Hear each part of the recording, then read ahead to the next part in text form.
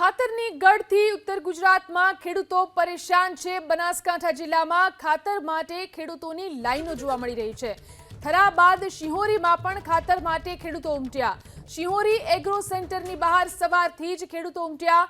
પૂરતા પ્રમાણમાં ખાતરનો જથ્થો ન મળ્યો હોવાનો ખેડૂતોનો આરોપ છે।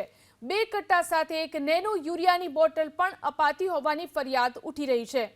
તો ખાતરની ગઢથી ઉત્તર ગુજરાતમાં ખેડૂતો સતત પરેશાન છે।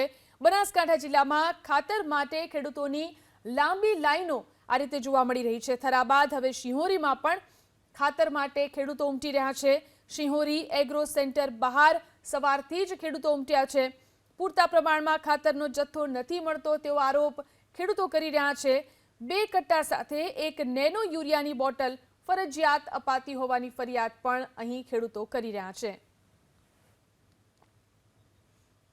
વધુ જાણકારી મેળવી અમારા સંવાદદાતા વસંત ફોન લાઈનથી જોડાયા છે। જી વસંત, કેટલી ખાતરની ઘટ છે, ખેડૂતો કેટલા પરેશાન છે?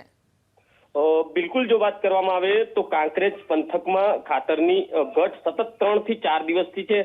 ખાસ કરીને ગઈકાલે થરામાં પણ ખેડૂતોની લાંબી કતારો જોવા મળી હતી, તો આજે શિહોરીમાં પણ ખેડૂતોના ટોળા ઉમટ્યા હતા। ખાસ કરીને વહેલી સવારથી ખેડૂતોને ખાતરની તાતી જરૂરિયાત હતી।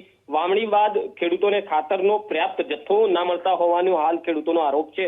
માત્ર 2 કે 3 કટ્ટા મળી રહ્યા છે, તેની સાથે એક નેનો યુરિયાની બોટલ પણ આપતા હોવાની ખેડૂતોની ફરિયાદ છે। મોટી સંખ્યામાં ખેડૂતો વહેલી સવારથી જ જે એગ્રો સેન્ટર છે ત્યાં જી વસંત, આપને અટકાવવા માંગીશ। આપણી સાથે સાંસદ ગેનીબેન ઠાકોર જોડાયા છે। બેન, સતત જે ફરિયાદ ઉઠી રહી છે ખેડૂતોને ખાતર મળતું નથી, લાંબી કતારોમાં ખેડૂતોને ઉભા રહેવું પડે છે। સૌપ્રથમ તો એબીપી અસ્મિતાનો આભાર માનું કે એમને ખેડૂતોના પ્રશ્નને વાચા આપી છે। વર્તમાન લોકસભાના સત્રની અંદર તમામ રાજ્યના ખેડૂતોએ યુરિયા ખાતર અને ડીએપી ખાતર ખેડૂતોને પૂરતા પ્રમાણમાં મળતું નથી એની રજૂઆત એ લોકસભામાં સત્રની અંદર કરેલી છે। છતાં પણ સરકાર જે રાજ્ય સરકારોને એના પ્રમાણમાં જે કોટાની ફાળવણી કરવી જોઈએ, જથ્થો આપવો જોઈએ, એ નથી આપતી ને એના કારણો અનેક છે। ધારો કે ગુજરાત સરકાર છે તો ગુજરાત સરકારને જેટલો પણ જથ્થો મળે છે એ પહેલી પ્રાયોરિટી અમને ખેડૂતોને આપવી પડે, નહીં કે બીજા અન્યમાં જે યુરિયા ખાતર વપરાય એમને બ્લેકમાં આપીને ખેડૂતોનું જે ખાતર છે એ ક્યાંક ઉદ્યોગોમાં જતું રહે છે, ક્યાંક બીજી પ્રોડક્ટમાં જ્યાં નાખવાનું હોય એમાં જાય છે ને એના કારણે ખેડૂતોને પૂરતા પ્રમાણમાં યુરિયા ખાતર મળતું નથી।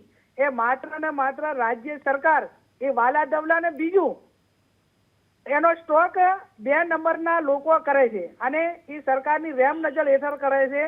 જે ખાતરનો ભાવ એ 300 રૂપિયા કે જે ભાવ નક્કી કરેલો હોય એના ડબલ એ ખેડૂતો 2 નંબરમાં મેળવે છે અને એ સંગ્રહખોરો સામે જે પગલાં લેવાના હોય એ સરકાર લેતી નથી। એના કારણે આ મુશ્કેલી મુકાણી છે। એટલે હું સરકાર પાસે અપેક્ષા રાખું કે 2 નંબરમાં જેને સ્ટોક કર્યો છે એના સામે પગલાં લ્યો અને કેન્દ્ર સરકાર એ રાજ્ય સરકારને કેન્દ્ર સરકાર ડબલ એન્જિનની સરકાર હોય ત્યારે ખેડૂતોને ખાતર પૂરું કરવાની જવાબદારી એ રાજ્ય સરકારની કેન્દ્ર સરકારની છે। એ પ્રમાણે માગણી કરીને તમામ ખેડૂતોને યુરિયા ખાતર જે પ્રમાણમાં એમની માગણી છે એ પ્રમાણમાં આપે એવી હું પણ એમની પાસે અપેક્ષા રાખું છું। જી આભાર બેન, અમારી સાથે જોડાઈને વાત કરવા માટે। આપણી સાથે બનાસકાંઠા જિલ્લા પ્રમુખ કીર્તિસિંહ વાઘેલા પણ જોડાયા છે। કીર્તિસિંહજી, કોંગ્રેસનો સ્પષ્ટ આરોપ છે કે ખેડૂતોના હકનું ખાતર ઉદ્યોગોને આપી દેવામાં આવે છે, જેથી ખેડૂતોને લાંબી લાઈનોમાં ઊભું રહેવું પડે છે। તેમને બ્લેક માર્કેટમાંથી ઊંચા ભાવે આ ખાતર ખરીદવું પડે છે, કારણ કે સંગ્રહખોરો સામે સરકાર કોઈ પગલાં નથી લેતી। શું કહેશો?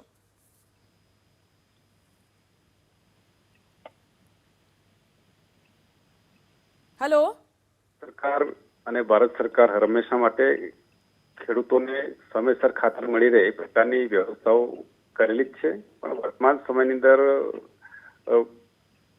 ખાસ કરીને બનાસકાંઠા જિલ્લામાં જે શિયાળુ પાક છે એનું વાવેતરનું પ્રમાણ ખૂબ વધારેલું, એટલે સ્વાભાવિક છે કે ખેડૂતની જે જરૂરિયાતો છે વધી છે અને આ જરૂરિયાતોને ધ્યાનમાં રાખીને સમયસર ખાતર ખેડૂતોને પહોંચી જાય અને ખેડૂતોને ખાતર મળી રહે એ પ્રકારની વ્યવસ્થા સરકાર દ્વારા પણ થઈ રહી છે। આવનારા સમયની અંદર ખેડૂતને સમયસર ખાતર મળી રહેશે એ પ્રકારનો પૂરતો જથ્થો ગુજરાત સરકારમાં અને ભારત સરકારમાં રજૂઆતો કરવામાં આવી છે। એના આધારે સરકાર ખેડૂતોને પૂરતા પ્રમાણમાં ખાતર ફાળવવા પણ સરકાર કટિબદ્ધ બની છે. આભાર અમારી સાથે જોડાઈને વાત કરવા માટે. તો એક તરફ જે વાત કરવામાં આવી રહી છે, ખેડૂતોને પૂરતું ખાતર પહોંચાડવા માટે સરકાર કટિબદ્ધ છે, પરંતુ જોઈ શકાય છે કેટલી લાંબી લાઈનો અહીં ખેડૂતો લગાવીને બેઠા છે. આ રીતના દ્રશ્યો વારંવાર સામે આવી રહ્યા છે.